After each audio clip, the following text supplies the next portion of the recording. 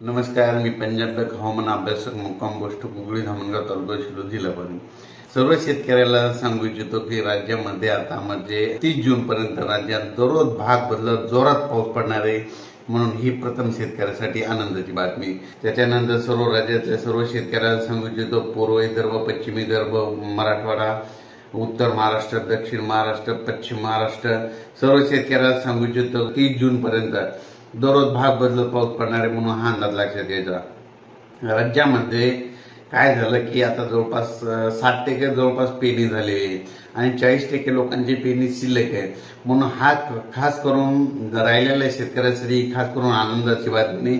आणि ज्यांची पेरणी झाली त्यांच्यासाठी समजा ती सोयाबीन निघण्यासाठी समजा ही एक आनंदाची बातमी. पण राज्यातील सर्व शेतकऱ्याला सांगू इच्छितो 24, 25, 27, 28, 29, 30 तारखेपर्यंत राज्यात दररोज भाग बदलत मोठा पाऊस पडणार आहे, म्हणून हा सर्व शेतकऱ्यांनी अंदाज लक्षात घ्यायचा.